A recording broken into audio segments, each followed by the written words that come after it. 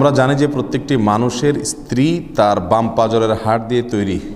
তাহলে আমরা সমাজে দেখতে পাই একজন স্ত্রীলোক ভিন্ন ভিন্ন মানুষের সাথে বিয়ে হয়। দয়া করে একটু বুঝিয়ে বলবেন, মানে তাহলে এই মহিলা কয়জনের হাড় দিয়ে তৈরি হলেন? সুন্দর একটি প্রশ্ন। এই প্রশ্নটা অনেকেই করেন। দেখুন, এই প্রশ্নের ভিত্তি হলো একটা ভুল ধারণা।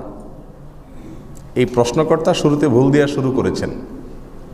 তিনি মনে করেছেন এবং অনেকেই মনে করেন যে যত স্ত্রী আছে পৃথিবীতে সব স্ত্রীরা সৃষ্টি হয়েছেন কোত্থেকে?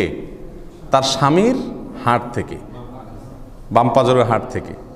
স্বামীর বাম পাজরের হাড় থেকে স্ত্রী তৈরি হয়েছেন, সব স্ত্রীরা এরকম। এই না আমাদের সমাজের ধারণা? এটা একটা ভুল ভিত্তিহীন একটা ধারণা। তাহলে যে বেচারির বিয়েই হয় নাই, এরকম অনেক মহিলা আছে না? বিয়ে হওয়ার আগে দুনিয়া থেকে চলে গেছে, আছে না নাই? তাহলে এই বেচারির কার হাড় থেকে তৈরি হলো? তারপরে যাইয়া আপনার যে মহিলা 2-3 জায়গায় বিয়ে হয়েছে, এই মহিলা কয়জনের হাড় দিয়ে তৈরি হলো? এই সমস্ত প্রশ্ন আছে কি আসে না? আসলে হাদিসে এরকম বলা হয় নাই। কোরআনে কারীমে আল্লাহ সুবহানাহু ওয়া তাআলা যে কথাটি বলেছেন তা হলো, ইয়া আইয়ুহান নাসু তাকু রাব্বাকুমুল্লাযী খালাকাকুম মিন নাফসিন ওয়াহিদা। হে মানুষ সকল, তোমরা ওই আল্লাহকে, তোমাদের ওই রবকে ভয় করো, যিনি তোমাদেরকে সৃষ্টি করেছেন, সবাইকে, গোটা মানব জাতিকে সৃষ্টি করেছেন একজন মানুষ থেকে। একজন থেকে সবাইকে সৃষ্টি করেছেন। সে একজন কে?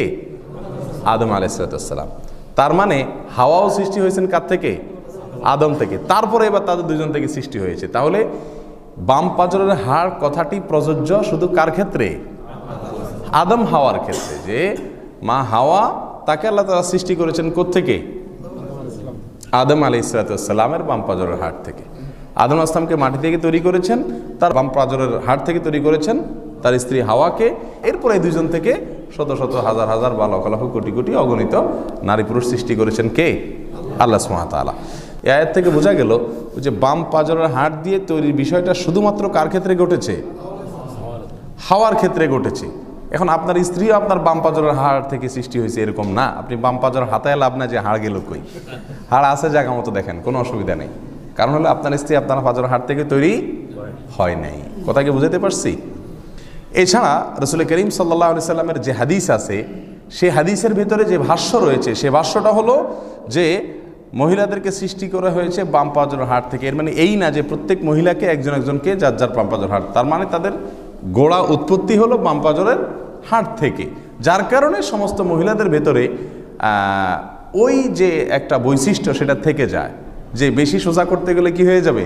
ভেঙে যাবে। হাদিসে আসছে, নবী সাল্লাল্লাহু আলাইহি সাল্লাম বলেছেন, যদি বেশি সোজা করতে চাও তাহলে কিন্তু ভেঙে যাবে। মহিলা মানুষ নিয়ে খুব বেশি টানাটানি করতে যাও না, খুব কৌশলে সোজা করার চেষ্টা করিও। কোনো সন্দেহ আছে? আমরা বাস্তবতা দ্বারা সেটা প্রমাণিত না আমাদের কাছে। এই জন্য প্রশ্নর উত্তর হলো যে সব মহিলারা সব স্বামীদের কাছ থেকে তাদের বাম পাজরের হাড় থেকে সৃষ্টি হন নাই। এ ধারণাটা ভুল।